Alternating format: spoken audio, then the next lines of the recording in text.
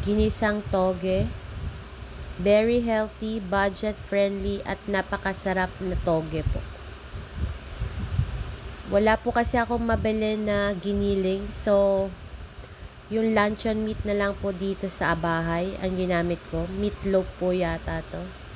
So siya na lang yung ginawa ko sa sahog. Pinrito ko muna yon, and then nagsangkot siya na po ako ng bawang, sibuyas at kamatis.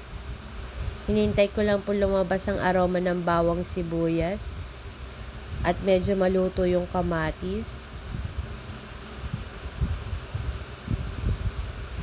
And then, isinunod ko na pong ilagay ang carrots. Hinalo ko lang po siya at tinakpan ko for about mga 3 minutes para maluto ng gusto yung carrots.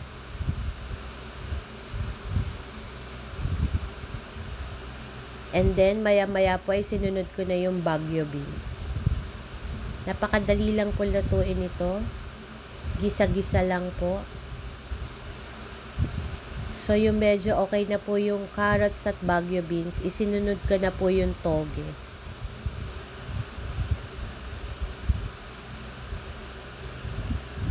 Hinugasan ko po mabuti yung toge, mga 3 beses. Ayan, para sigurado tayong walang kung ano man ang nasama. Pagkalagay ko ng toge, hinalo ko po siyang mabuti. And then, pagkahalo ko po, nilagyan ko po siya ng water.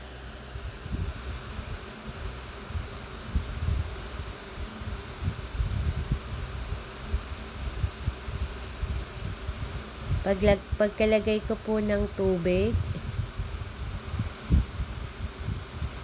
tinimplahan ko na rin po siya ng mga pampalasa, garlic powder, pepper, at isang pork cubes po. So, pagkatimpla ko sa kanya, hinalo ko lang po ulit, and then, tinakpan ko siya.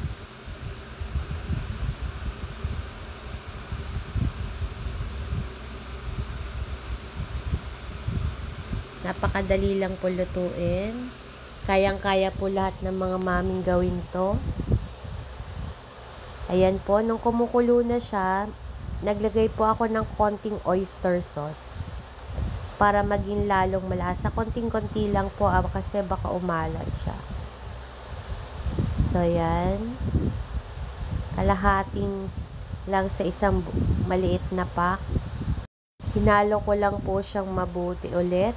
And then, pinakulo ko po siya for about mga 3 minutes po. And almost done. Come on, let's eat. Ginisang toge. Kain po tayo. Thank you for watching. Hope you like it.